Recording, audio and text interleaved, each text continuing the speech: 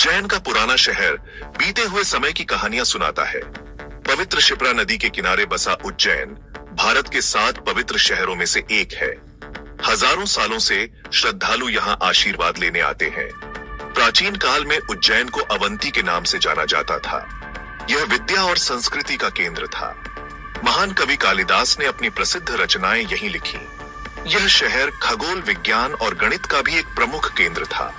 आज भी उज्जैन गहरे आध्यात्मिक महत्व वाला शहर है। यह महाकालेश्वर ज्योतिर्लिंग का घर है, जो भगवान शिव को समर्पित 12 ज्योतिर्लिंगों में से एक है। ऐसा कहा जाता है कि यहीं से समय की शुरुआत हुई थी। यहीं से विक्रम संवत कैलेंडर की शुरुआत हुई, जो आज भी भारत के कई हिस्सों में इस्तेमाल होता है। हर 12 साल में उज्जैन में विशाल कुंभ मेला लगता है। लाखों श्रद्धालु पवित्र क्षिप्रा नदी में स्नान करने के लिए इकट्ठा होते हैं। यह शहर आस्था और भक्ति से जीवंत हो उठता है। यह एक ऐसा दृश्य है जो आत्मा पर एक अमिट छाप छोड़ जाता है। महाकालेश्वर मंदिर उज्जैन के बीचों बीच स्थित है। यह भारत की समृद्ध आध्यात्मिक विरासत का प्रमाण है। यह प्राचीन मंदिर भगवान शिव के महाकाल रूप को समर्पित है, जो समय के स्वामी है। यह मंदिर 12 ज्योतिर्लिंगों में से एक है। इन्हें भगवान शिव का सबसे पवित्र निवास स्थान माना जाता है। महाकालेश्वर मंदिर का लिंग स्वयंभू है। इसका मतलब है कि माना जाता है कि यह अपने आप प्रकट हुआ था। ऐसा कहा जाता है कि यह दक्षिण मुखी है, जो केवल यहाँ पाई जाने वाली एक अनोखी विशेषता है। यह मंदिर को अपार शक्ति और श्रद्धा का स्थान बनाता है। मंदिर परिसर देखने लायक है। यह जटिल नक्काशी और ऊंचे शिखरों से सुशोभित है।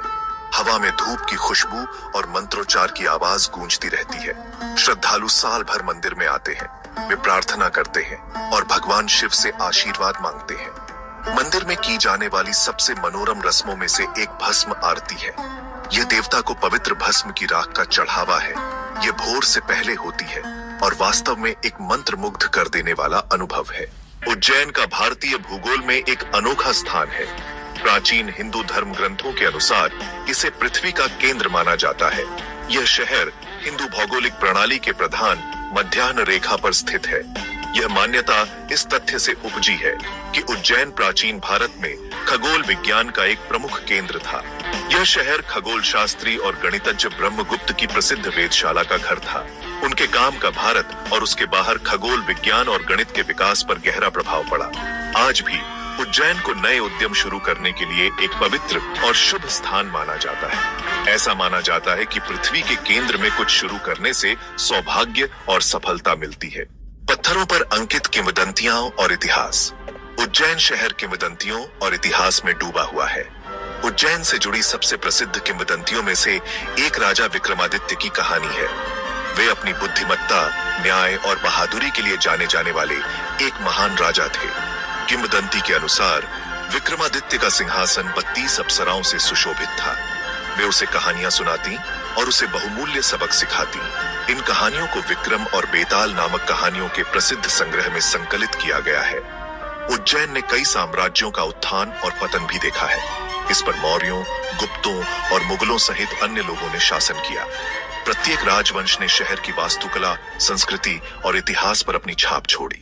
विक्रम संवत समय बीतने का प्रतीक। विक्रम संवत एक चंद्र कैलेंडर है, जिसकी उत्पत्ति उज्जैन में 57 ईसा पूर्व में हुई थी। इसका नाम राजा विक्रमादित्य के नाम पर रखा गया है, जिनके बारे में कहा जाता है कि उन्होंने शकों पर अपनी जीत को चिह्नित करने के लिए कैलेंडर शुरू किया था। विक्रम संवत आज भी भारत में व्यापक रूप से उपयोग किया जाता है, खासकर उत्तर भारत और गुजरात में। इसका उपयोग धार्मिक त्योहारों और शुभ अवसरों की तिथियां निर्धारित करने के लिए किया जाता है। कैलेंडर चंद्र चक्र पर आधारित है। यह भारतीय संस्कृति और परंपरा का एक अभिन्न अंग है। विक्रम संवत राजा विक्रमादित्य और उज्जैन शहर की स्थायी विरासत का प्रमाण है। यह भारत के समृद्ध इतिहास और सांस्कृतिक विरासत की याद दिलाता है।